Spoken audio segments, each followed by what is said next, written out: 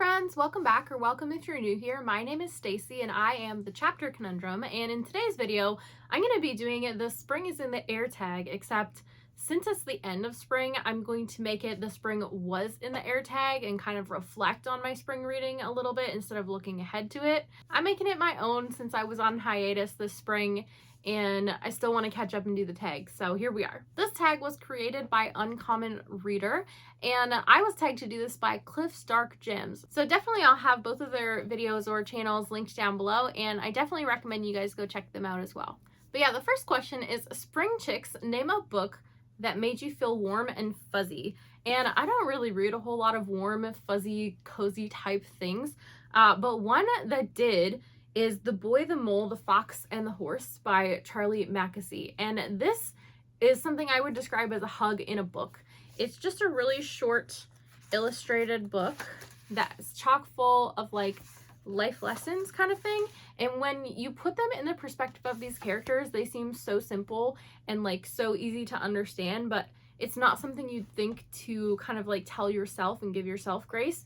So it's the kind of book that puts those things in perspective for you, and it just makes you feel better when you're feeling crappy. So yeah, definitely warm and fuzzy.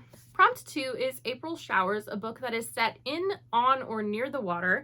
And for this, I'm going to go with The Bone Shard Daughter by Andrea Stewart, the first book in the Drowning Empire series. And the series is exactly what the series title is. It's an empire of islands, and some of them are not doing so well and kind of losing ground. And one of the POVs in here is actually traveling on a boat for most of the book, if I can remember correctly. So yeah, this definitely would qualify. I did really like the setup and the promise that book 1 had. I didn't necessarily love the rest of the series, still thought it was good, but definitely didn't quite live up to this first one. That said, this did help me understand that I typically enjoy fantasy books set in like an island setting or a nation that has kind of a unique setup. Prompt 3 is Spring Break. Talk about a time you took a break from reading and why. Typically, when I take breaks from reading, it's probably because I'm in some kind of a reading slump, but my most recent break was actually for most of May, and that was kind of twofold. So the first part of that was just that I got a notice that my immigration interview for my green card was coming up in May, and I spent a lot of time preparing for that instead of reading. And then the second part of that was we had just finished out our April readathon, the Battle of the Bands round 5, and I read 19 books in April, not quite 20 this time, but I did a lot of reading in April, so I was ready to take a little bit of a break. Now, my break only lasted probably about 3 weeks, because once my interview was over and once I kind of caught up on like housework and doing things to prepare for the company we were having, I definitely had time at the end of the month to kind of relax and chill and get back to reading. But it was kind of a forced and kind of also a needed break from reading. Prompt 4 is Swallow's Homecoming, a book or an author that you keep going back to time and time again for comfort reads. And for me, I don't necessarily reread when I want a comfort read. I'm more prone to pick up another entry in a long series that I've been enjoying. So think things like the Dresden Files, like those are pretty comfort reads, or like they're easy, kind of not overly dense, and they're entertaining, and they're just easy to pick up. Another series that works very well for me with this is the Outlander series. Definitely if I want kind of more of a comfort read, I'll pick up the next entry in this one. These are very long, but they're not overly dense, so they're not super intimidating for me that way. And definitely reading on about the characters' journeys in here is comforting, even though there is a lot of high stakes and tension and other stuff. But there's something about these that are comforting too. Prompt 5 is Blooms, a book that started slowly but that blossomed into one of your favorite reads. And the prime example that I have that I can think of right off the bat is The Sword of Kaigan. You've heard me talk about it. It's an all-time favorite, and the first third of this is rough. It deals a lot with info dumping and world building and some character past stuff that plays into one of the character arcs later, but that you don't really understand the relevance for up front.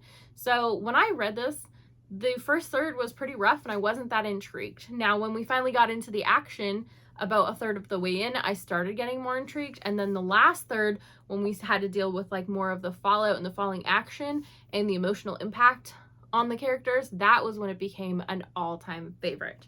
Another book that I would put in this category that I wouldn't necessarily say is an all-time favorite, but that I really enjoyed is The Hammer by KJ Parker. So for this, I liked the beginning. It was very slow though, and I didn't have a whole ton of context for what was going on. The more I read on, the more I got to unpack what was happening and had realizations about things earlier.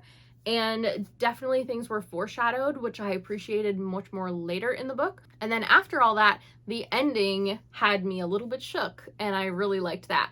So this is definitely one I would say is more of a slow blossom as well. Prompt 6 is Eggs in a Basket, and it's supposed to be to talk about 3 reads that you want to read this spring, but instead I'm going to talk about 3 of my favorite reads this spring that were not rereads, so they were first-time reads for me.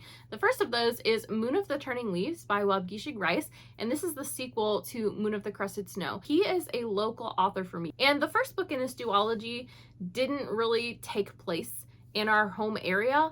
But in the premise of the second one, some of the characters are traveling south to kind of find out what's happened to this area of land in the post-apocalyptic setting.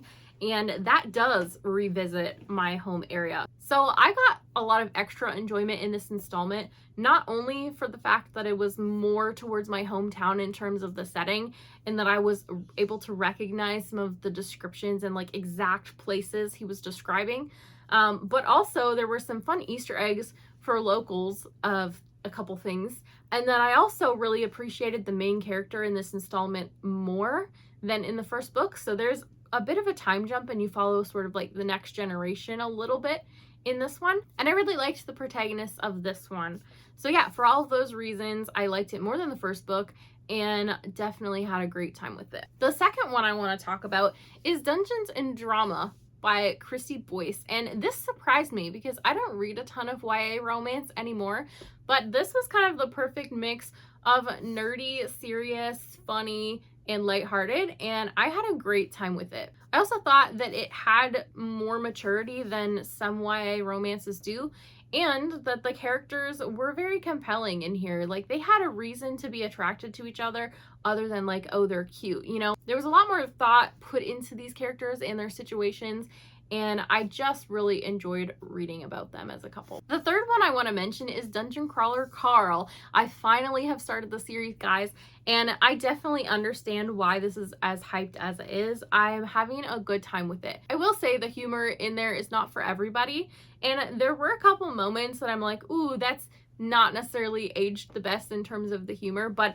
as somebody who grew up in the 90s, like, I remember when that was commonplace, and I could still appreciate those moments while also acknowledging that they were not the most sensitive things.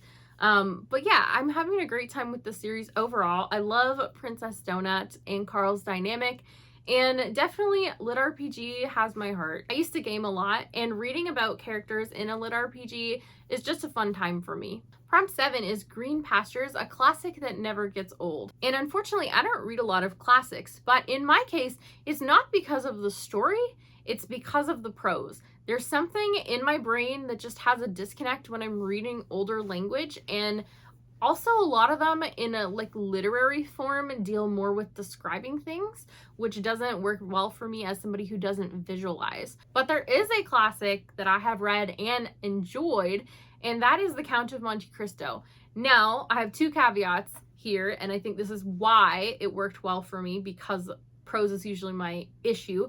The first is that I read the abridged version because that is what was assigned in school, and the second is that I read it in French. So I didn't necessarily notice the prose being as archaic since I was reading in my second language, and I also was reading the abridged version, which probably cut out a large chunk of the description.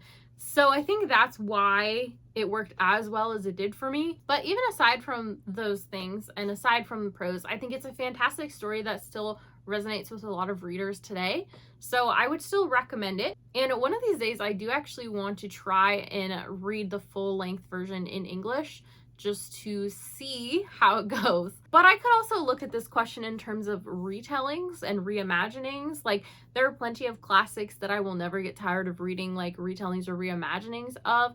And one of those for me is Beauty and the Beast. That was my favorite fairy tale as a kid. And definitely I love the context of how that can be used and twisted and reimagined in fantasy romance stories. So that's another one I would say that for me will never get old. Prompt 8 is Pollen, and that is a book or an author that you're allergic to. And for me, it's a subgenre, but also this author writes in this subgenre, and I have read one of their books, so I will mention it, and that is Haruki Murakami. And Kafka on the Shore is the one that I have read. For me, it's not necessarily a Haruki Murakami issue, it's more a magical realism issue. I prefer when my characters react to the magic happening in the story. I prefer when magic does not come in and kind of solve the plot points. I like when a plot solution is more cleverly foreshadowed in and you kind of find out about it later. And I also prefer that when magic happens, it's at least somewhat logical and it doesn't feel random. And magical realism, it's hard to find any that kind of like defy all of those things. I'm sure there are exceptions, and I have found one magical realism book that I have enjoyed, and if you're curious, it's The Astonishing Color of After by Emily X.R. Pan. But regardless of that, I'm gonna say I'm allergic to Haruki Murakami and have no desire to read any more of his books. Beyond the magical realism elements in his work, he also tends to have like weird sexual content, and this definitely was no exception to that. And I didn't really jive with that, so I'm definitely gonna say Murakami is my answer to that. Prompt 9 is bonus Equinox, and that's to find 2 books on your shelf with the exact same page count and talk about them. And I did managed to find 2 without too much struggle, actually. They're both 627 pages in my editions, and that would be 12 Kings and Sherikai, the first Shattered Sands book by Bradley P. Beaulieu, and Malice, the first Faithful and the Fallen book by John Gwynne. And Malice is probably the best book I've read yet this year. I am super hyped to continue on with the series. This is one that takes a lot of brain power, but that if you really pay attention to the details, you can find so many things to have theories on. And it's just a really enjoyable experience for that reason. But further to that, I also connected with several of the POV characters in here, and I do like that the chapters are shorter. So 12 Kings and Sherikai is the first entry in the Shattered Sands series, and it follows our main character, Cheda, who's in the main desert city of Sherikai.